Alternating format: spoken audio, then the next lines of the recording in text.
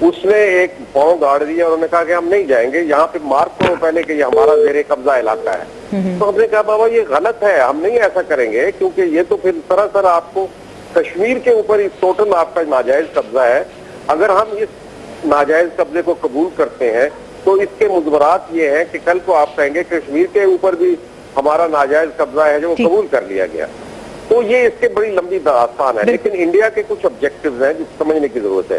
وہ کیوں ایسا کہہ رہے ہیں؟ ایک تو یہ کہ وہ 60 میل، ہیلو جی جی بالکل جنرل صاحب آپ کو سن رہے ہیں۔ ایک تو جو لائن جو مارک لائن ہے اس سے وہ 60 میل اندر آئے ہوئے ہیں، اور وہ جو سرحد ہم نے چائنا کے ساتھ قائم کر چکے ہیں، اس کے اوپر ہمارا تصفیہ ہو چکا ہے چائنا کے ساتھ، اس سرحد کے 60 میل کے ٹکڑے کو، 60-65 میل کے ٹکڑے کو وہ اب چائنا کے ساتھ مل جائے گا۔ اس کا یہ مطلب ہے کہ ہمارا معاہدہ چائنا کے ساتھ بھی ٹوٹ جائے گا، اس کی کوئی حیثیت نہیں رہ جائے گی۔ دوسرا یہ کہ وہ کراکرم ہائی وے جو چائنا کو پاکستان کے ساتھ لنک کرتا ہے اس کے قریب تر آ گئے ہیں۔ اور تیسرا یہ کہ اگر یہ قبضہ قبول کیا جاتا ہے تو پھر کشمیر کا تو پہنچ گیا۔ دیکھیں ہمارے یونائٹڈ نیشن کے تو اس کا مطلب جنرل صاحب جو یہ سمجھ آ رہی کہ کشمیر اس پہ کمپرومائز ہو جائے گا، تو آرمی چیف ٹھیک کہہ رہے ہیں آج جو ان کا سٹیٹمنٹ سامنے آیا کہ جی یہاں پہ ہم بغیر کسی وجہ کے نہیں بیٹھے ہوئے، اور میاں صاحب کی انہوں نے کہا کہ میں بات کا جواب نہیں دے سکتا۔ ہاں وہ ظاہر ہے کہ وہ دھیمے انسان ہے، لیکن اس کا جواب تو بڑا ضرور ہے، میں دیتا ہوں اس کا جواب۔ میاں صاحب نے غلط کیا ہے، میاں صاحب نے کشمیریوں کو ہرٹ کیا ہے۔ مٹھائی صاحب کے گئے ہیں کہ لائن آف کنٹرول کو یہ کنٹرول لائن مانا جائے، تو وہ چاہتے ہیں کہ لائن آف کنٹرول سیچن کو اندر شامل کر لیں ٹھیک لائن، اور یہ اس کے اوپر ابھی انڈیا نے اپنی پوزیشن تھوڑی سی بدلی ہے کہ لائن آف کنٹرول کو تسلیم کرو، جو امریکہ ہمیشہ سے کہتا ہے۔ بھائی کیسے ممکن ہے؟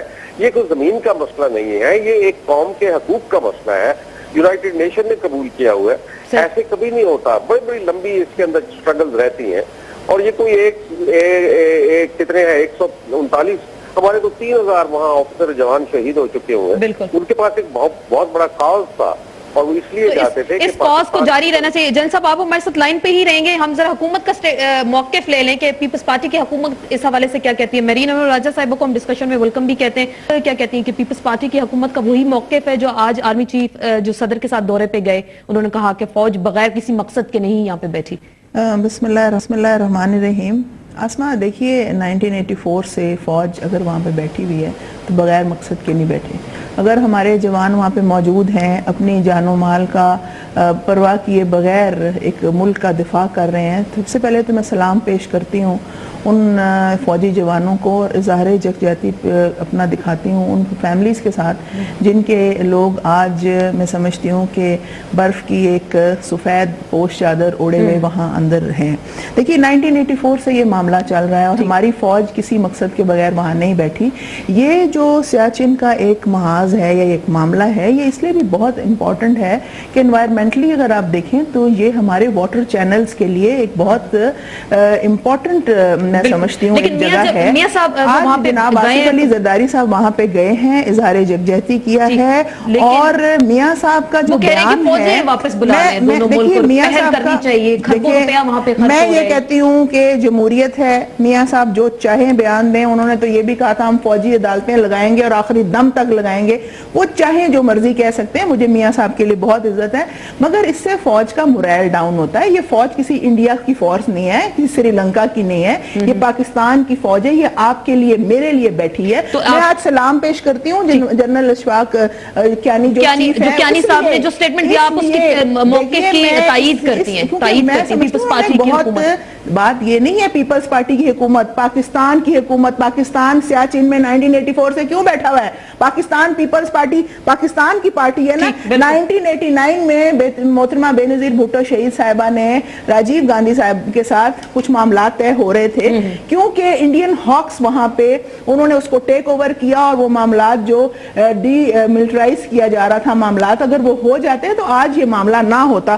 ہم شروع کر سکتے ہیں سیاچن سے، ہم شروع کر سکتے ہیں سرکری سے، اور میں یہ سمجھتی ہوں کہ یہ جو ہیومن انٹرونشن اس ایریا میں ہو رہی ہے اس سے بھی یہ انوائرمنٹل ہیزرڈز پیش آ رہے ہیں۔ آپ دیکھیں کہ وہاں پہ انڈیا والوں نے موبائل بوتھس لگائے ہوئے ہیں۔ میں یہ سمجھتی ہوں کہ یہ معاملات جنگ سے حل نہیں ہوں گے، مسئلوں کا حل جنگ نہیں ہے، مگر ان کیس اگر کوئی ایسا ہیزرڈ آ جاتا ہے تو پھر ہمیں وہ دیکھنا پڑے گا. لیکن جو ہم ساری گفتگو کا حاصل یہی مجھے نظر آیا. رانا ثناء اللہ صاحب, میں آپ سے یہ جاننا چاہوں گی, جیسے جنرل صاحب نے بھی وہی بات کی اور میرین انور راجہ بھی وہی بات کر رہی ہیں کہ اس سے کشمیر کاز کو نقصان پہنچا, میاں صاحب کو یہ سٹیٹمنٹ نہیں دینا چاہیے تھا, پاک فوج وہاں کسی مقصد کے تحت ہی بیٹھی اور لڑ رہی ہے اس وقت. میرا خیال ہے کہ کشمیر کاز جو ہے وہ کوئی اتنی نازک چیز نہیں ہے کہ اسے جو ہے وہ اتنی جو ہے وہ جلدی اور اتنی سی بات پہ جو ہے وہ نقصان پہنچ جاتا ہے. اور میاں نواز شریف صاحب نے جو کہا ہے انہوں نے بڑی بیلنسڈ بات کی ہے, انہوں نے دونوں ملکوں کی بات کی ہے, انہوں نے دونوں ملکوں کی افواج کی بات کی ہے کہ آپس میں جو ہے ان کو جو ہے وہ اس مسئلے کو حل کرنا چاہیے. اتنا بڑا انسیڈنٹ ہوا ہے, اتنی انسانی جانوں کا جو ہے وہ نقصان ہوا ہے, تو یہ انسیڈنٹ جو ہوتے ہیں ان کے اوپر قوموں کو الرٹ ہونا چاہیے, قوموں کو سوچ و بچار کرنی چاہیے کہ ہم اس معاملے میں جو ہے وہ کس طرح سے بہتری لا سکتے ہیں. اور انڈیا کو جنہوں نے موسٹ فیورڈ نیشن قرار دیا ہے ان کو چاہیے تھا نا کہ جب وہ موسٹ فیورڈ نیشن قرار دے رہے تھے, بات چیت کر رہے تھے, تو اس وقت بھی وہ اس بات کو بھی جو ہے وہ بیچ میں لاتے اور اس کو حل کرتے. سیاچین کے ایشو کو بھی آپ ٹھیک ہے کہنے لانا چاہیے تھا. ڈالر جو ہے وہاں پہ درگاہوں پہ چندے دے رہے ہیں, لوٹ مار کی جو ہے وہ رقم کو یعنی جائز قرار دلوانے کے لیے ان کو چاہیے تھا نا کہ وہاں پہ جا کے یہ باتیں بھی کرتے. واٹ اباؤٹ مائی واٹرز, میرے پانی کے مسئلے کا حل کرو. اب ایک بیان کو لے کے تو یہ جو ہے وہ کل سے جو ہے وہ انہوں نے شور شرابہ شروع کیا ہوا کہ جی کشمیر کو بھی یہ بیان پہ شور شرابہ ہونا چاہیے. یعنی حسن نثار صاحب, میں حسن نثار صاحب سے بھی جانوں, حسن نثار صاحب ساری گفتگو آپ نے سنی, تو کیا یہ ایک بیان تھا, اس پہ شور شرابہ مچنا چاہیے تھا یا نہیں مچنا چاہیے تھا, یا اصولی موقف کے پاکستان کے برعکس یہ بیان آپ کو نظر آیا؟ نہیں, شور شرابہ کیا, یہ اس طرح کے نیشنل اور وائٹل میکرو لیول کے ایشوز کے اوپر گفتگو ہونی چاہیے, بات ہونی چاہیے.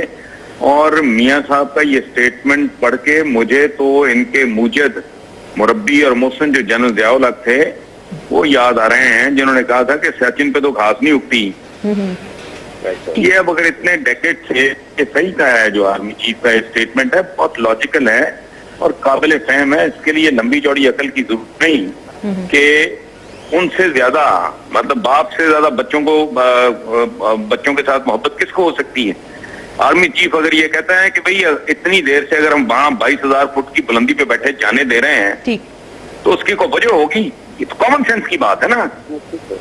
باقی تفصیلات جتنی ہیں جو ڈیفینس کے کوئی ایکسپرٹس ہیں, جنرل حمید گل صاحب جیسے جو لوگ, وہ بہتر بتا سکتے ہیں. لیکن یہ تو سمپلی کامن کی بات ہے.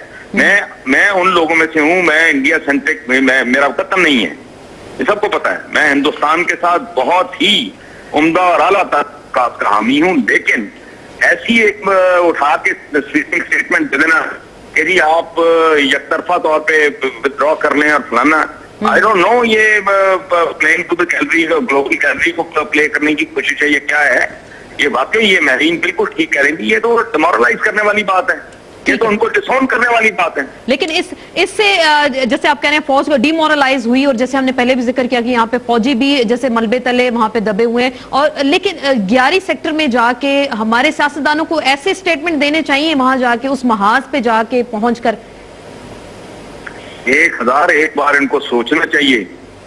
یہ تو ان کے خاندانوں کے زخموں پہ نمک پاشی کرنے والی بات ہے. یہ ان تمام لوگوں کو ڈسون کرنے والی بات ہے, ڈس ریسپیکٹ کی بات ہے, جو آج تک سیاچین کے محاذ کے جنہوں نے اپنی زندگیاں نچھاور کی ہیں, جو اپاہج ہوئے ہیں, معذور ہوئے ہیں, جنہوں نے زندگیاں قربان کی ہیں, سب کو ڈسون. اس کا مطلب ہے وہ سارے فالتو فضول تھے.